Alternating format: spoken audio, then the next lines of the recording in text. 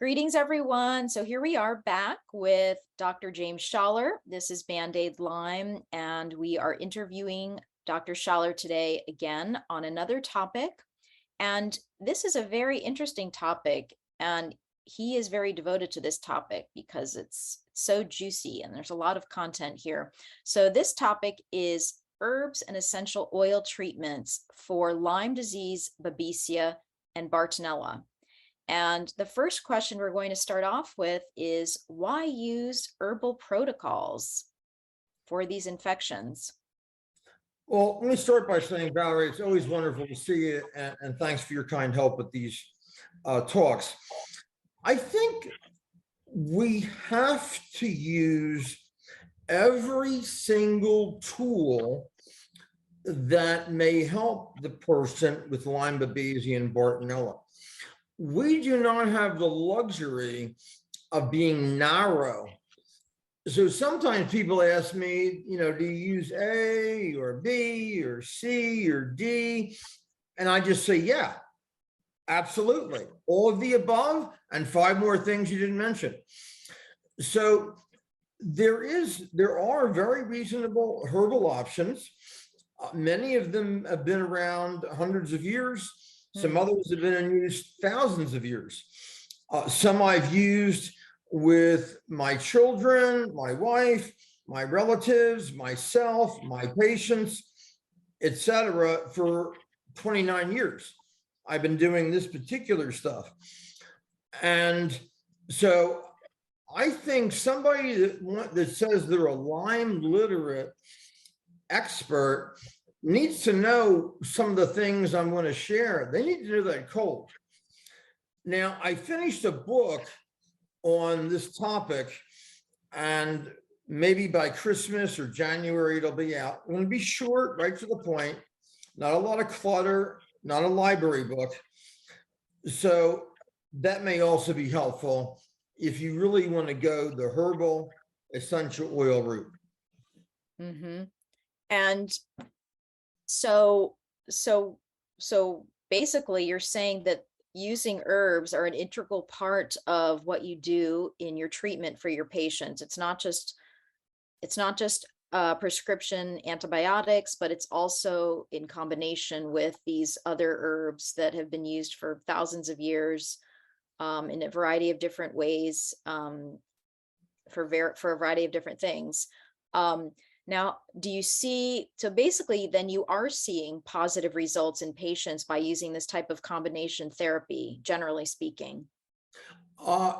Yes, I would say I definitely am. The only thing I would say is never, ever make one treatment your hobby horse love. There are some excellent synthetic and herbal treatments, etc. But you cannot rely on one treatment to be your miracle worker.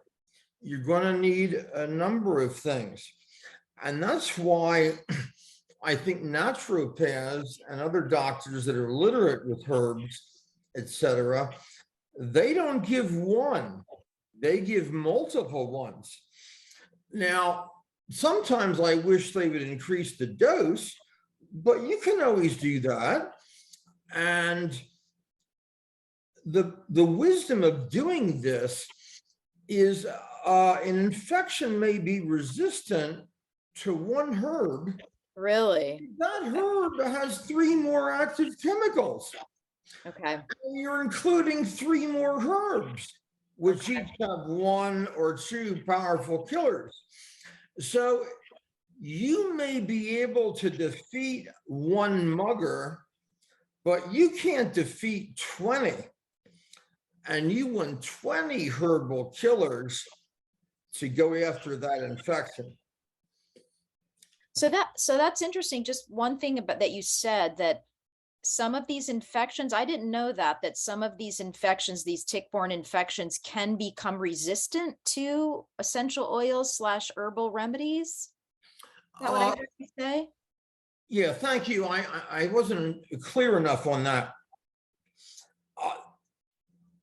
The synthetics treatments which are one chemical, my impression is you can get resistance to virtually every one.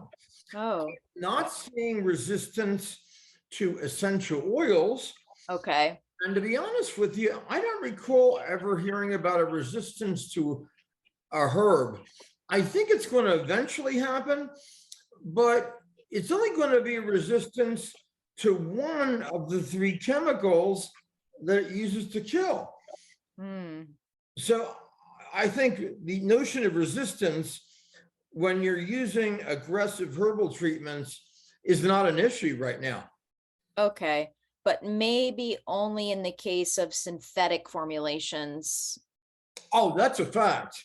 My impression is, depending on the bacteria, Hmm. every treatment has some infection out there in the world which will laugh at that treatment.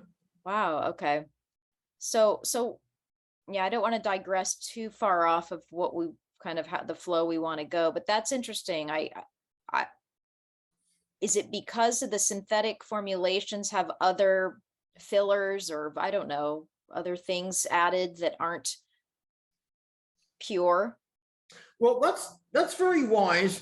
And I think you're making a good side point, and that is that some of the fillers a patient may be sensitive to, because when you have these infections, your immune system or mast cells, et cetera, may be kind of reactive, and sometimes to a filler that's in half the drugs that are existing.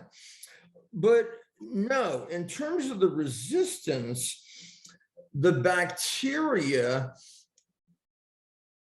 will not be affected by amoxicillin, the actual drug. It will sit there, observe the amoxicillin, even at high doses, and laugh.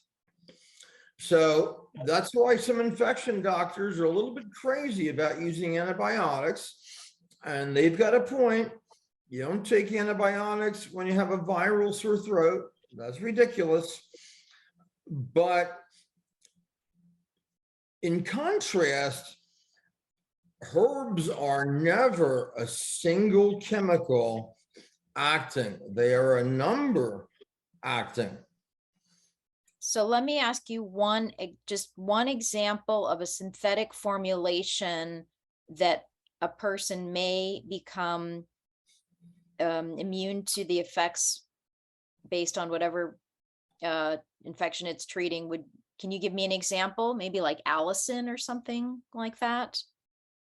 Well, that's herbal, and I think it's worth us coming back to that. And that would not be synthetic. I would say doxycycline, amoxicillin, Ceftin, Okay. azithromycin, Zithromax.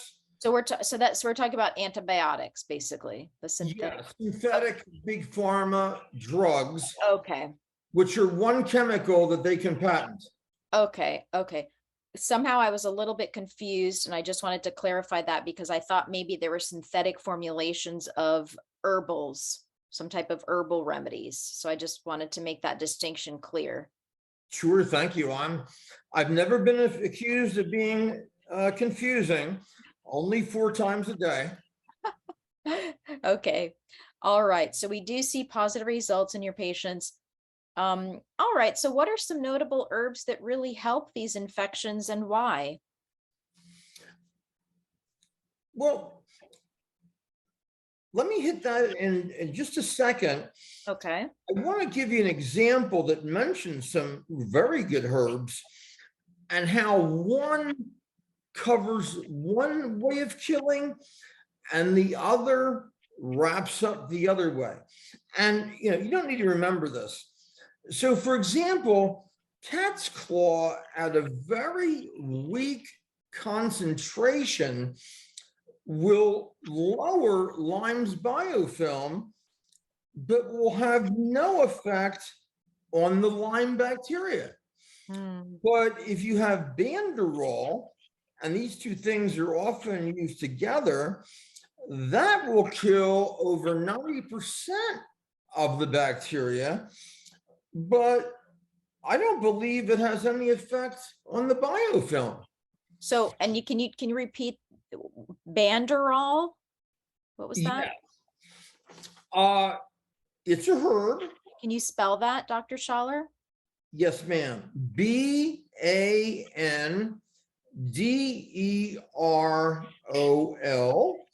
Okay. And then cat's claw.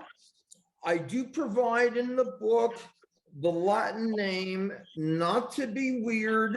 Once in a while, a treatment or a book or something uses that Latin name, and you're just blown away and have no idea what they're talking about. So we give you the clear one, but also the Latin in 2 words. Can you give us the French? I think Arabic is more my speed right now. There is one other thing I want to mention, because when I was doing this book, it hit me. There's really not a lot of research in human beings or even rats in the lab. And there really are not very many studies on some of the herbs. There are a number of pretty good books. Obviously, Booner is a gift to the world, and Dr. Rolls has done great stuff, and Dr. Zhang, who I did outcome research for, and a number of others. But I totally lost my train of thought.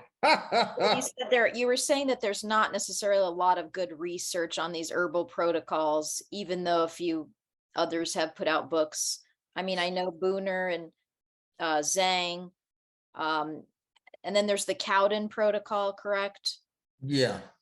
So there are some of these other protocols, but perhaps there's not enough research on maybe even putting together sort of protocols like recipes to follow. Well, I think what they're doing primarily is they get lab research, and that's okay, and saying in the lab it had this effect. It killed the infection better than doxycycline did. Well, what might happen with a rat or, wow, a human, but you can't be sure. But then it struck me, regular doctors do this all the time. So, for example, the very helpful researcher, Monica Embers, she published a study that looked at chemicals and how they defeated Bartonella, but that was based on stuff she did in a lab. And doctors all the time are doing what we call off-label treating. A drug's approved, and 5 years later, it's not used for one thing, it's used for 5 things. 20 years later, it's used for 15 things. So that's an unapproved off-label thing. And often there's not much research or any research on doing that. Repurposing the drug for something else. Exactly. So I think naturopaths and regular physicians sometimes don't have enough information, particularly studies in mammals in the lab and human beings. There's starting to be a little bit, but we could use more. How can we get there? I mean, I know that's like maybe you're not ready for that question, but how can we emphasize that more research is necessary in these areas? I mean, I know it might not be of interest to big pharma, perhaps R&D, because there might not be as much money in it, but maybe is that the reason? I suspect it is. I think some of the government funding needs to move towards tick-borne infections like Lyme, which are brutally common. The idea it's only 400,000 people or something is hysterical. Ridiculous. Exactly. And I believe Bartonella is more common than Lyme, and Babesia is certainly not rare. So I think some of these researchers are getting better at applying for grants, but it's sort of a weird process. I was very briefly an NIH grant reviewer, Hmm. and I thought the best study should be funded. And they said, well, it didn't fit our criteria exactly. And Hmm. I was really bummed. I thought we wasted our time. Was it because it maybe wouldn't have been a moneymaker ultimately? No, it's because it didn't fit this exact precise criteria for the study. So what I'd like to see Hmm. is an evaluation of what you had mentioned a few minutes ago. Among those treatments proposed for Lyme that are herbal options, what are the most effective in rats or even humans? I believe these are generally very safe. I think if you're going to use them during pregnancy, you definitely want to consult on that. But they're typically quite safe. So that would be a study that I like to see. And you're already seeing that from people like Zhang, who has done a lot of research in the lab and these infections, or somebody like Embers. And they're all saying we need follow-up studies that are on humans.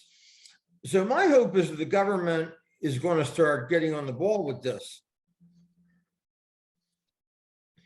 Would studies for herbs, using herbs and essential oils for combating tick-borne infections be as expensive to fund grant-wise as opposed to coming out with some new antibiotic drug like aslocillin or something like that? Would they be as expensive,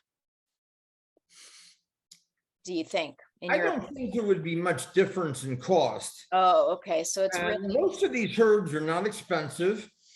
And the funding of their purchase wouldn't be a big deal. And yeah, I think it's very doable on a reasonable budget. okay. So doing these types of experiments in vivo, in live participants, live people, animals and humans, as opposed to in vitro in a petri dish, would not necessarily be as expensive as determining some type of antibiotic that might be effective. That's my opinion, definitely. Okay, so that's positive. I'm just wondering about the overall motivation and interest that we can garner from the powers that be to grant us dollars to do these type of experiments. How can, we'll have to brainstorm on how we can motivate our government and these foundations that have the funds to grant the dollars to do the experiments, to convince them that, well, hey, we have these huge problems. Millions of people are getting sick annually in the United States. 400,000 cases reported to the CDC is an absolute joke. And how can we approach Lyme disease and tick-borne infections differently and start treating patients with affordable treatments that aren't going to bankrupt both the patient and the healthcare system? Yeah, I totally agree. That would And be my thing. thankfully, there are advocacy movements. Pat Smith does an amazing job. And you have a number of people that are advocates that are doing a very good job. And the Cohen Foundation, they're amazing. They're funding a lot of great stuff. So, and then Bruce Freeze, a doctor that is into everything, Congress and you name it, behind the scenes. That's not an area of strength, and I just respect the living daylights out of them. Hey, you asked me a question a few minutes ago. What, for example, would be herbs that are going to kill Lyme? So rather than mention the 50 on the internet, let me just mention the ones that seem to be strongest in, it's only a few studies. So for example, Feng and Zhang found that Japanese knotweed was very good. And then Uncaria or cat's claw, which is also called cemento, very good. Stay with me. Cryptolepsis, Cryptolepis. And sometimes that tastes terrible, and some prefer a capsule or a glycerin flavoring that's a little sweeter. The last three are Chinese skullcap, sweet wormwood, and I have a textbook on all those derivatives. It's free on my website, Personal Consult. And then Feng and Zhang close with black walnut. So there are some products that are combining these at pretty good amounts. I'll just mention one that I think is quite reasonable. It's made by Zen, like Buddha, Z-E-N, Men, M-E-N, and it's called Tick Immune Support. If it were me, I might do one every other day for a couple days, then two every other day. I work myself up to 4 twice a day. And even if you haven't been tested for tick infections, that may kill a little bit and make your antibody tests go high, because the herbs are killing the infections a bit, and then your immune system starts making antibodies. So you don't get stupid negative labs. Now, and there are some other products that are very good. That's just a sample. And there are certainly naturopaths which are combining a number of these. And my impression is, yeah, naturopath doctors that go through a lot of training, they know what they're doing. They do a very good job. And I have a lot of fun working with them and sharing patients. And I've been taught a number of things for them. Now, are you interested in what kills Babesia? Yes, absolutely. All right. You're going to twist my arm. The first one, oh, here we go. The exact same herbs initially: Cryptolepsis, sweet wormwood, Chinese skullcap, Alchornea, Alchornea.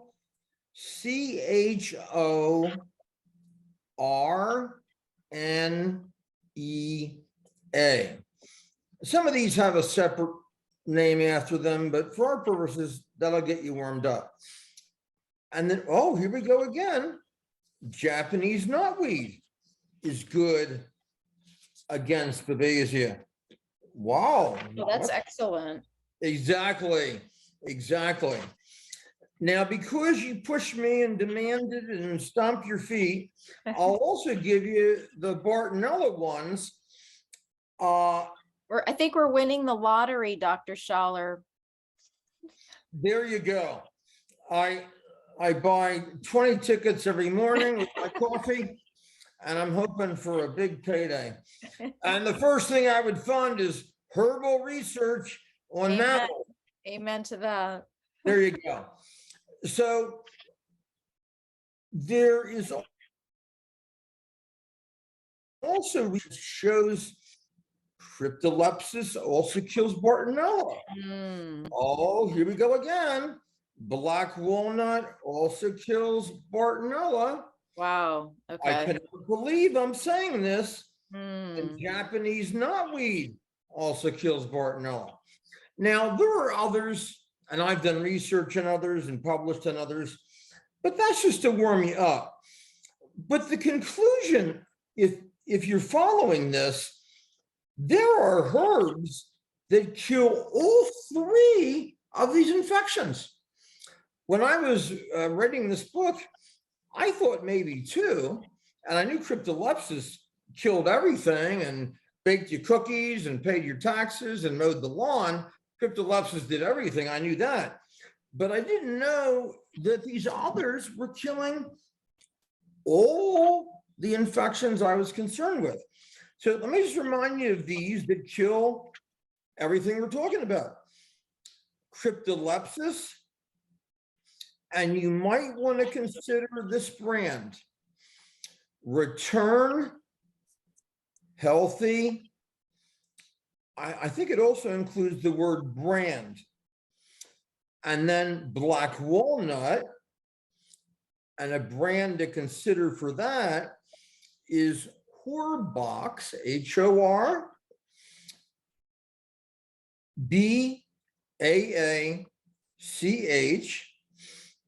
coming down the home stretch. Japanese knotweed. Now, let me just get geeky for 10 seconds. Don't run away. Purity Labs makes something called trans resveratrol. Don't worry about that. Just look up Purity Labs. And there is some research that says that's really quite effective. And then the last one is, again, Chinese skullcap. And I think a brand to consider is the Horback brand again, HORBAACH. And I'm friends with a lot of naturopaths, and they put together a lot of nice things, and they're very helpful. So let me ask you this, just a point of clarification. So the herbs that you just noted that actually address all three of the three big Bs, Borrelia, Bartonella, and Babesia, that kill these infections. Now, these herbs these herbs, I don't know if you mentioned any essential oils in that list, but do these herbs also break through the biofilms in order to get to the persister or hiding forms of these infections? Well, there's two issues there, the persisters and the biofilm. In terms of persisters, that's back to the analogy I mentioned. If a hurricane blew everything off my table, the coffee cup would still be there. And that is the persister. It's there after the doxycycline or the herb did what it's going to do. I think some of these herbs affect persisters, and I had that in my brain 2 weeks ago, just can't pull it up now. In terms of the biofilm, the same thing. I think some of them are effective against the biofilm and others are worthless. Now, since you mentioned essential oils, I really promoted in my book Biofilm, which is free off the website, essential oils like clovenol and cinnamon and oregano. And I believe in another video, we go into the spelling, etc. And we know that when you combine a number of different ones, it's like a football team with 11 people instead of 2 people, which is kind of silly. So I have the most experience with using essential oils, which go right through concrete. I cannot express how powerful they are. So And those three. you have some people saying, oh, you got to be really careful what they'll do to the gut. And I think that's a reasonable thing. I never have a problem with it because we prevent that. So I believe, in summary, some of these herbs I mentioned kill persisters, some impact biofilm. I just don't remember which is which. And what I do, my friend, is I give all of them, but start one at a time, like one at a low dose for 3 days, then a higher dose for 3 days, move that up to max, and then add another one. Okay. Sit around watching soap operas or football games. We move, but we only change one variable every 3 days, or it's a freak fest. You have no idea what's doing what. And when people are taking these herbals, should they be taking them with food? Yeah, my rule of thumb is take absolutely everything with food, because even things that typically don't cause any nausea or stomach discomfort, and it's not listed in the articles or all the herbal books that I think I own all of them that are reasonable. It's not listed as a problem. Yeah. But if you're the 1 in 50 where it is a problem, we've got a problem. So the Right. version is take all meds with food always, and that's worked very well for me. Now, sometimes people are sensitive, and I may have them add marshmallow root or aloe vera gel or slippery elm to coat that stomach, and that can work very good. But you're not taking one of those, which will do nothing. You're taking quite a number if you can handle it. And that's allowed people that couldn't tolerate them to tolerate them with no issues.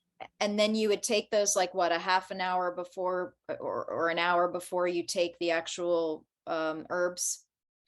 No, you can take it around the time you take the essential oil, because unless you're blocking stomach acid, the stomach acid is going to dissolve that capsule really fast.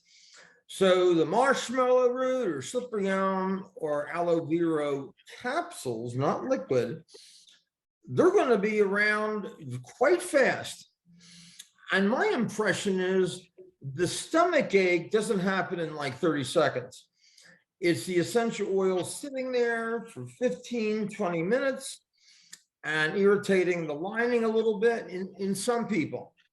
Okay. And do you take, so would you also take the marshmallow root, the slippery elm, etc., with food as well?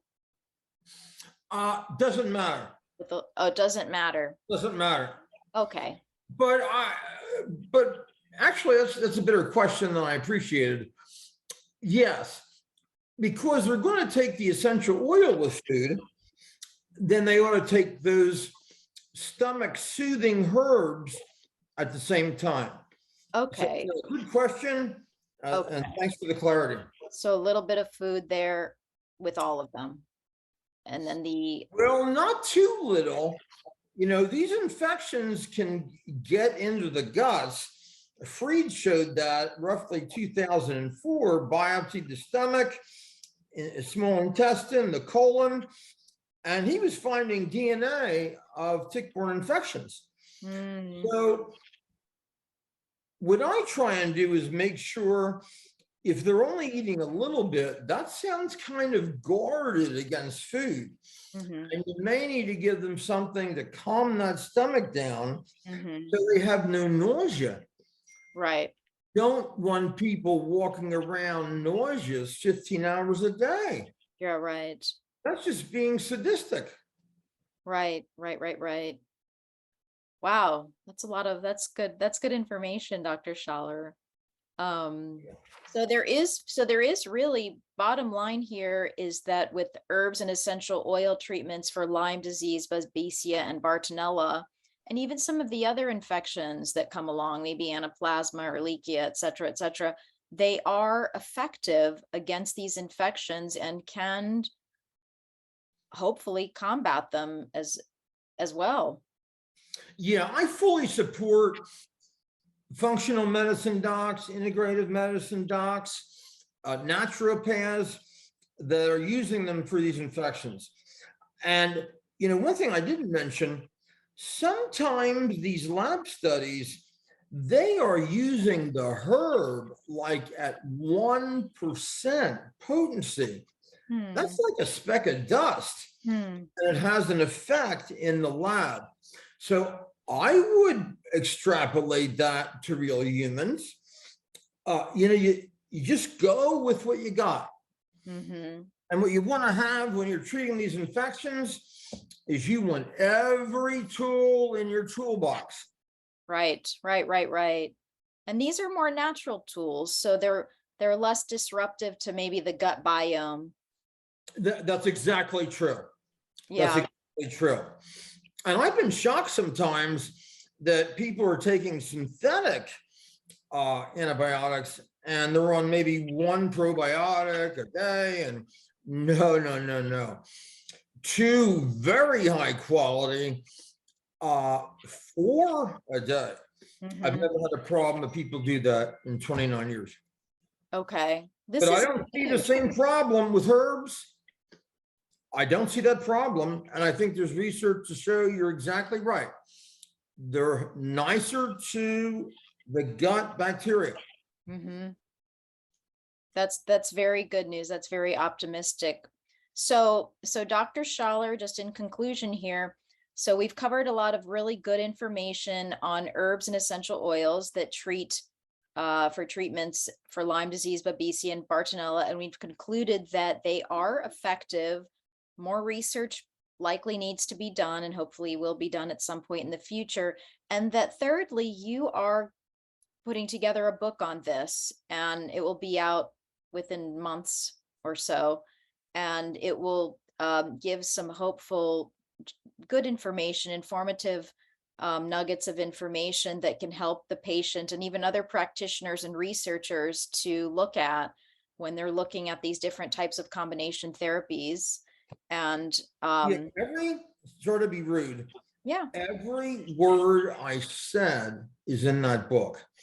I only mentioned 10% of it, but it's only 60 pages.